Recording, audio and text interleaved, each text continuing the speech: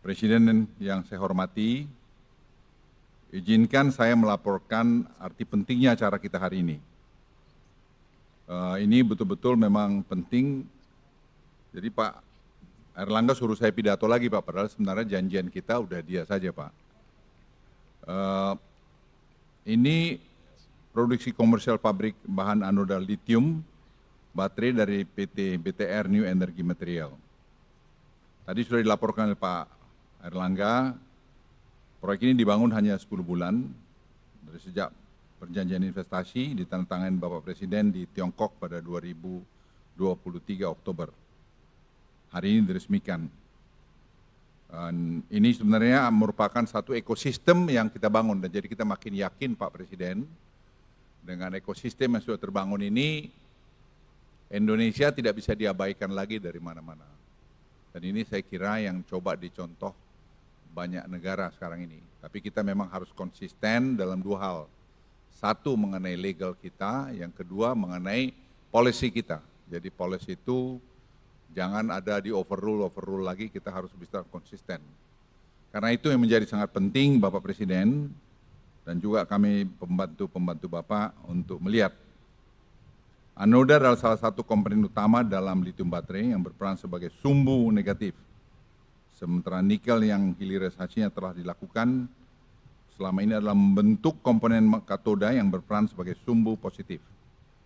Jadi tidak bisa karena kita juga masalah tarif ke Amerika itu kita sudah dapat 25%, sehingga Amerika pun menjadi melihat bahwa Indonesia itu menjadi tempat ini menjadi import mereka yang terbaik. Sebagaimana kita ketahui, katoda tidak hanya berasal dari nikel, ada juga yang berasal dari fosfat dan besi, sebagaimana kita kenal sebagai lithium LFP atau lithium ferrophosphate. Namun apapun jenis katodanya, nikel atau LFP, tetap membutuhkan anoda agar lithium baterai dapat berfungsi.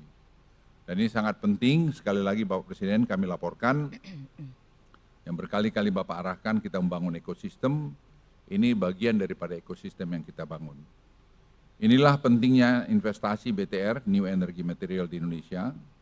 Mereka adalah produsen anoda baterai terbesar di dunia dengan teknologi yang paling maju. Pabrik yang akan Bapak resmikan saat ini memiliki kapasitas 80.000 ton yang cukup untuk membuat 1,5 juta mobil listrik. Dan pada awal kuartal 4 tahun ini mereka juga mulai membangun fase kedua dan akan selesai 1 Maret 2025. Dan total kapasitas 160.000 ton. Dengan kapasitas ini Indonesia akan menjadi produsen anoda baterai nomor 2 terbesar di dunia. Dan pabrik ini menjadi yang terbesar di dunia sebagai pembanding pada Bapak saja. Jepang hanya memiliki kapasitas produksi anoda sebesar 10.000 ton. Dan Korea Selatan hanya 40.000 ton. Sementara itu pabrik terbesar di Tiongkok saat ini kapasitasnya adalah 100.000 ton. Jadi kita akan bisa melewati Tiongkok dalam beberapa waktu ke depan. Dengan adanya pabrik anoda baterai ini, ekosistem industri lithium baterai di Indonesia akan semakin lengkap. Dan sesuai tugas yang Bapak Presiden berikan kepada kami, kita tidak hanya akan mengembangkan lithium baterai, tapi yang berbahan katoda, nikel, tapi juga katoda LFP, dan pabrik LFP saat ini sedang dibangun Indonesia. LFP ini memang menjadi penting, walaupun LFP ini sebenarnya berpengaruh dengan cuaca yang ekstrim dingin maupun ekstrim panas. Oleh karena itu, tetap saja orang masih melihat lithium baterai itu pilihan yang terbaik saat ini. Bapak Presiden yang saya hormati, serta para hadirin yang berbahagia, keberhasilan kita untuk membangun hilirisasi dan mengembangkan ekosistem mobil dan baterai tidak lepas dari arahan Bapak Presiden dan konsistensi pemerintah dalam menjadikan aturan yang baik. Saya masih ingat betapa Bapak Presiden dulu memutuskan untuk kita memban ekspor nikel ore itu yang banyak sekali waktu itu pro-kon, tetapi Presiden saya ingat betul konsisten terhadap itu, karena waktu itu ekspor kita akan hilang kira-kira 1,5 miliar. Tapi Bapak Presiden dengan keputusan Bapak waktu itu, tahun lalu ekspor kita sudah hampir lebih dari 34 miliar dolar. Jadi angka yang sangat besar. Dan kita melihat kalau proses ini terus berjalan pada tahun 2030, 2027, maaf, kita akan meningkatkan sampai 30 miliar dolar ekspor kita dari hilirisasi ini. Dan ini saya kira akan membuat Indonesia ekonominya menjadi tambah penting. Kredibilitas ini menjadi penting karena ini akan menjadi dasar kepercayaan bagi investor. Kita tidak dapat bersaing lagi dengan negara-negara tetangga hanya sekedar mengandalkan insentif. Tidak hanya insentif, tetapi kredibilitas dan kepercayaan menjadi faktor kunci yang harus kita pertahankan. Kita akan memiliki pesaing dalam pengembangan KEK dari Johor dan Singapura, yang pada awal tahun ini akan ditandatangani Koridor Special Economic Zone, di mana Johor akan menyediakan lahan dan sumber daya energi yang kompetitif, di mana Singapura mendukung dengan kualitas SDM yang tinggi. Saya senang Bapak Presiden selalu mengatakan kita kompetitif, kita harus kompetisi. Kami tidak takut bersaing dengan mereka karena kita juga memiliki modal kekuatan yang baik, serta kredibilitas kepercayaan yang selama ini sudah kita bangun. Dan saya percaya dengan leadership Bapak, walaupun Bapak beberapa waktu lagi akan meninggalkan pemerintahan, memimpin ini, tapi Bapak telah meninggalkan legacy yang saya kira tidak mudah dibentuk oleh orang lain.